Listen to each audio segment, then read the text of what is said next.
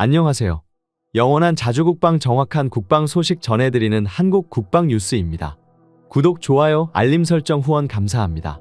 현대로템과 국산 파워팩 부체계 업체들이 UAE 아부다비에서 열리는 IDEX 2025 국제 방산 전시회에서 K2 전차 방산 수출 원팀으로 중동 지역 방산 수출에 본격적으로 나섰습니다. IDEX 2025에는 중동과 아프리카 지역의 1,350여 개 업체들이 참가했습니다. 국내에서는 방위사업청의 공동 마케팅 전략에 따라 K2 전차 체계업체인 현대로템과 국산 변속기 개발업체인 S&T 다이내믹스, 국산 엔진 개발업체인 HD 현대 인프라코어가 코리아 원팀을 이루며 중동형 K2 전차와 국산 파워팩 실물을 현대로템 야외 부스에 전시했습니다. 현대로템의 중동형 K2 전차는 사막 환경에 최적화된 맞춤형 전차입니다. 중동형 K2 전차는 섭씨 50도를 웃도는 중동의 폭염에서도 운용이 가능하도록 파워팩의 냉각 성능을 향상시켜 중동의 고온 환경에서도 기동 성능을 확보한 것이 특징입니다. 이미 전차용 국산 파워팩은 사막 지형에서의 우수한 성능을 인정받은 바 있는데요.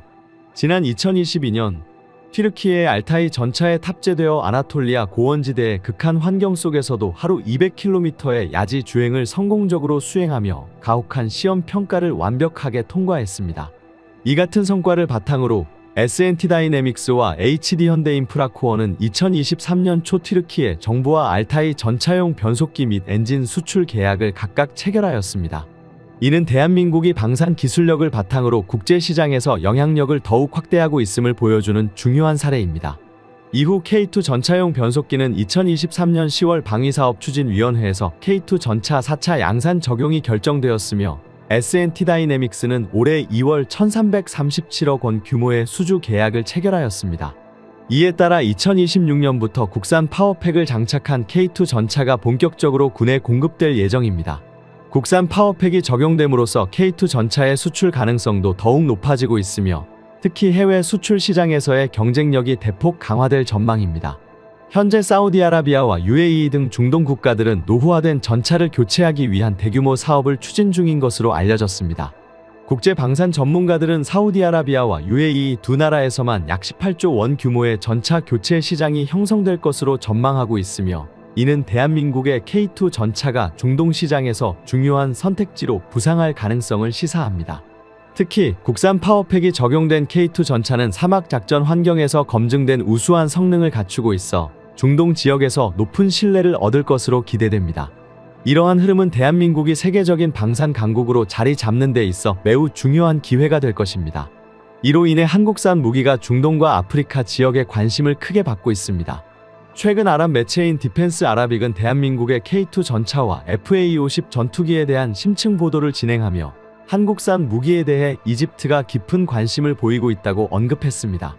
현재 한국산 K9 자주포는 이집트에서 현지 생산 계약이 체결되어 있으며 특히 K9 자주포에 장착되는 STX 엔진 SMV-1000의 현지 생산이 최종 단계에 접어들고 있습니다. 국영 기업들과 협의를 마치고 생산 일정과 규모를 조정하며 본격적인 생산 준비를 마무리한 상태입니다. SMV-1000은 STX가 3년간의 연구 개발 끝에 완성한 1000마력급 방산 엔진으로 기존의 독일 MTU사의 라이선스를 활용한 MT881 엔진을 대체할 핵심 기술력을 갖추고 있습니다. 과거 독일의 대중동 무기 금수 조치로 인해 K9 자주포의 중동 시장 진출이 어려움을 겪자 대한민국은 신속하게 엔진 국산화에 돌입했습니다. 이에 따라 한화에어로스페이스는 연말부터 국산 엔진을 탑재한 K9 자주포를 이집트에 공급할 계획을 밝혔습니다. 이집트는 이에 더해 한국산 항공기와 전차에도 강한 관심을 드러냈습니다. 현재 이집트는 4,300대에 달하는 방대한 전차 전력을 보유하고 있으며 북아프리카와 중동의 전략적 요충지에서 강력한 기갑 부대를 유지하는 것이 필수적이었습니다. 이스라엘과의 군사적 대립, 이라크, 시리아, 리비아 등 인접국과의 충돌을 통해 기갑 전력의 중요성을 체감해온 이집트는 현재 보유 중인 M60A3 패튼 전차를 비롯해 노후화된 기갑 장비들의 교체가 시급한 상황입니다. 특히 러시아제 T-90MS 전차를 도입하려던 계획이 우크라이나 전쟁으로 인해 차질을 빚으면서 이집트의 전차 교체 수요는 더욱 절박해졌습니다. 이에 따라 1000대 이상의 교체 수요가 발생할 것으로 보이며 이는 대한민국 방산업계에 엄청난 기회로 작용할 전망입니다. 다만 이집트는 현지 생산과 빠른 납품을 요구하고 있어 협상 과정에서 신중한 접근이 필요합니다. 이집트 대통령 압둘파타흐 시시는 카이로 방위산업 전시회에서 한국산 장비에 상당한 관심을 보이며 한국 측 인사들과 장시간 논의를 가졌습니다. 이집트가 주목한 무기는 K2 흑표 전차와 FA-50 전투기였습니다. 중동 안보 전문 매체 미드리스트 모니터에 따르면 이집트는 단순한 전차 구매가 아니라 전차 기술 및 생산 라인의 이전을 원하고 있다고 밝혔습니다.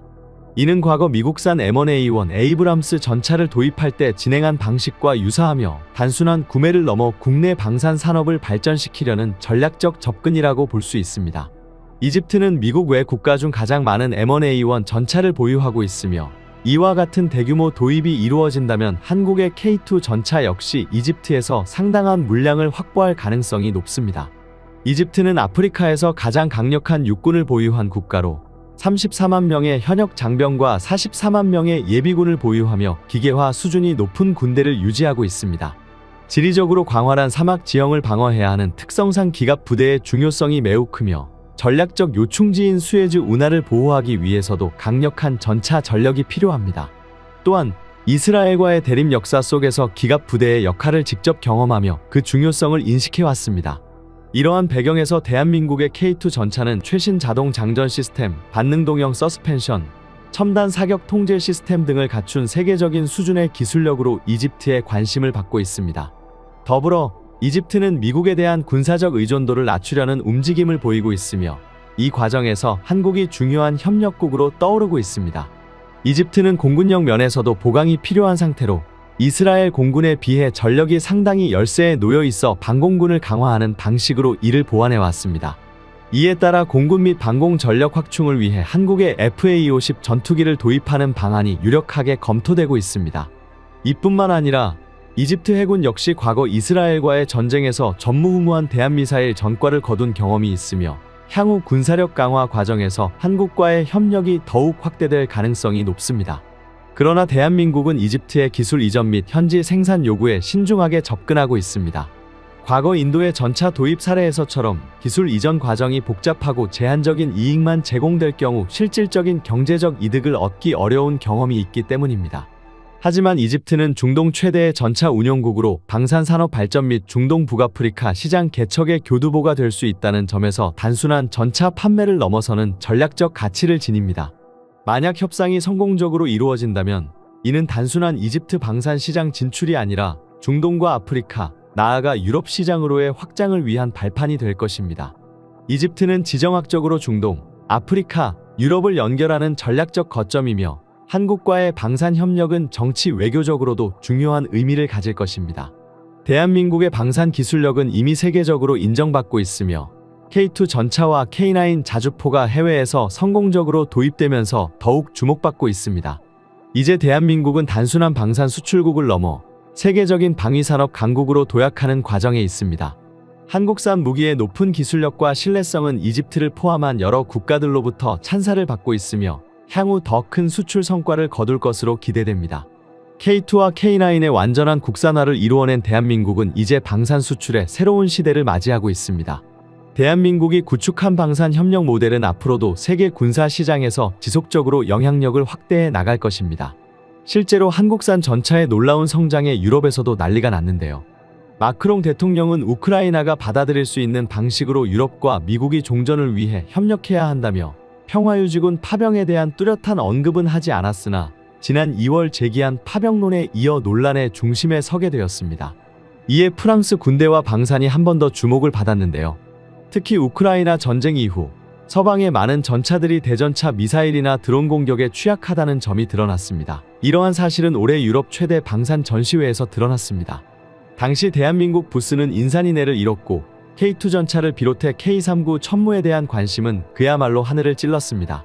현지 군사 채널 등에 따르면 다수의 유럽 국가가 가장 먼저 한국의 한화와 현대 등에 찾아와 상담을 진행 중이며 이 중 일부 국가는 90% 이상 발주를 가까워졌다며 이미 구부 능선을 넘은 것 같다는 반응이 나오고 있습니다.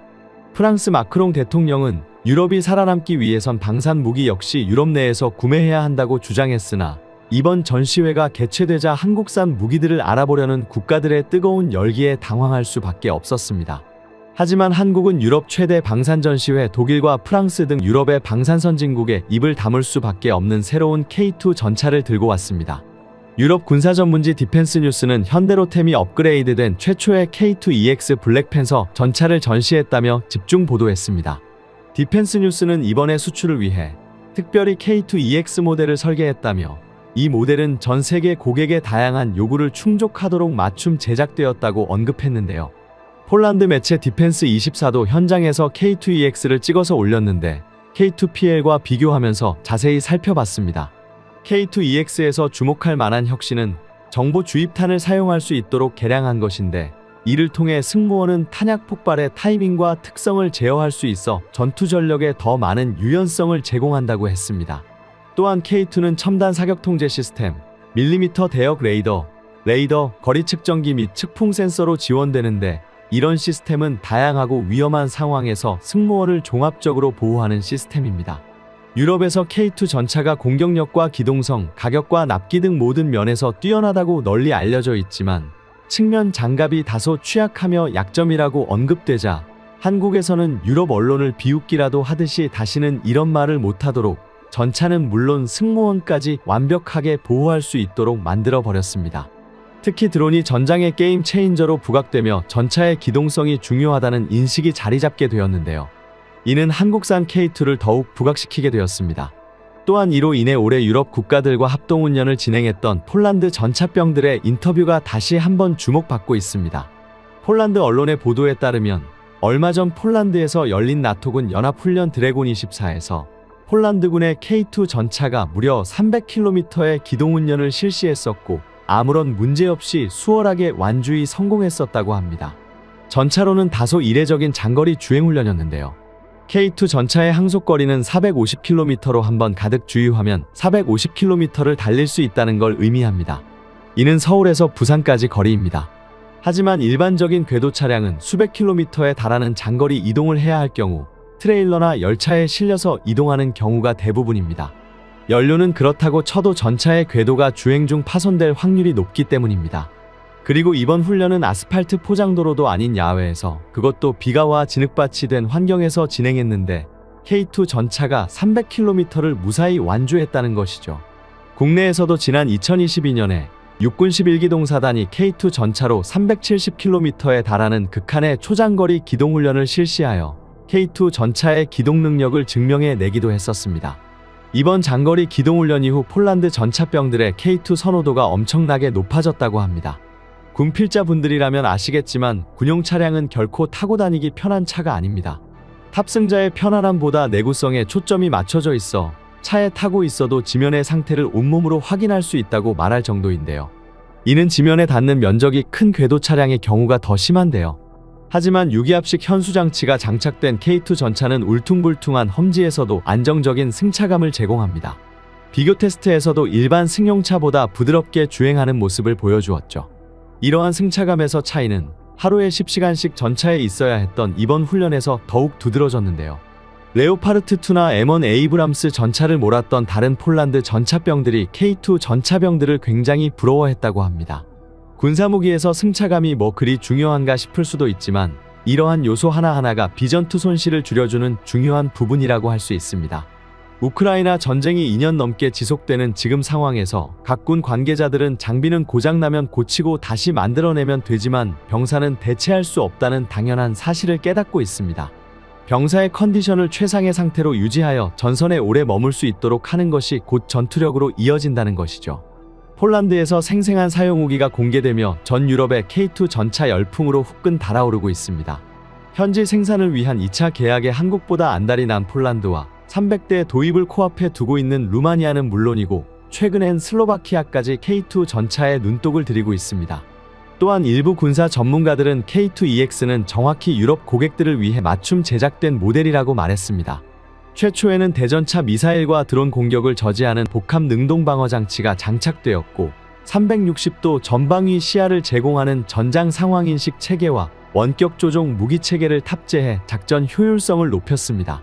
K2 방어력은 복합 장갑과 폭발 반응 장갑 블록을 통합한 능동방어 시스템으로 강화되어 최신 트렌드인 능동방어 체계와 안티 드론 체계로 구성되었습니다.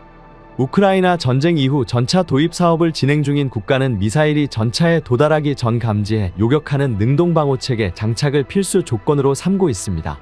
K2EX의 또 다른 놀라운 점은 전투 중량입니다.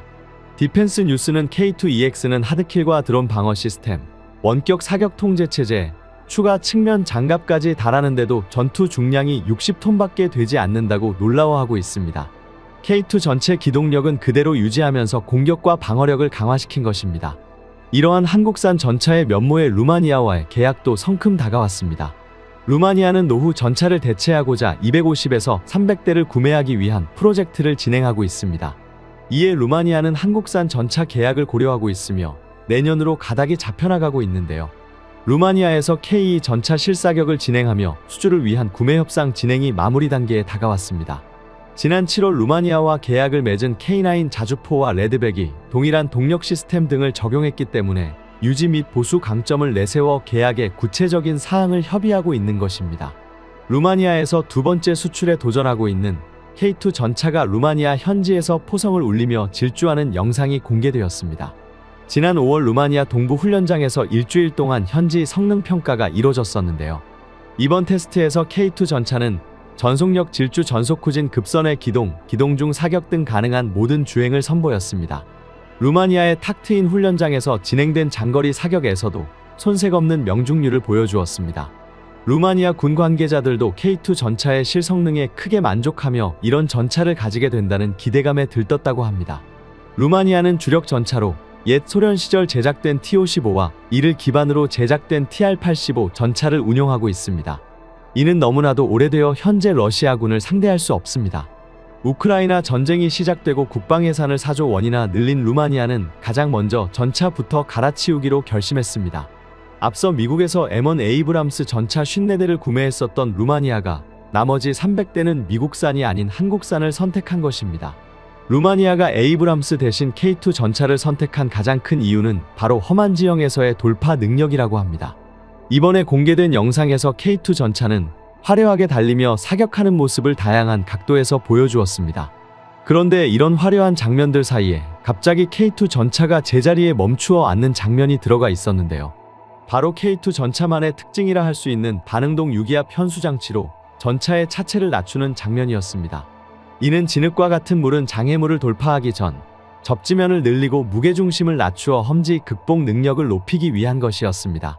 대한민국의 K2 전차는 유기압식 현수 장치와 더불어 1500마력에 달하는 엔진과 출력에 비해 가벼운 전차 무게와 더불어 K2 전차는 현존하는 전차 중 가장 뛰어난 탐지 돌파 능력을 자랑하고 있습니다. 하지만 기동성을 위해 무게를 줄여야 했고 이로 인해 방어력이 부족하다고 비판받기도 했었습니다. 실제로 K2 전차가 미국의 M1 에이브람스나 영국의 챌린저2와 같은 중전차들에 비하면 장갑이 부족한 것도 사실이기도 했죠. 폴란드에서도 K2 전차를 도입하며 방호력이 부족하다고 무게를 늘려도 상관없으니 더 많은 장갑을 둘러달라고 요구하기도 했습니다. 이번에 한국산 전차의 단점으로 지적되었던 점들까지 완벽히 보완된 것입니다. 대한민국 방산무기의 행보가 가히 놀랍습니다. 이제 국산화까지 마무리 단계인 K2의 향상된 성능에 유럽 전역이 박수를 보내고 있는데요. 지금까지 한국 국방 뉴스 시청해주셔서 감사합니다. 구독, 좋아요, 알림 설정 해두시면 언제나 좋은 소식 전해드리겠습니다. 즐거운 하루 보내세요.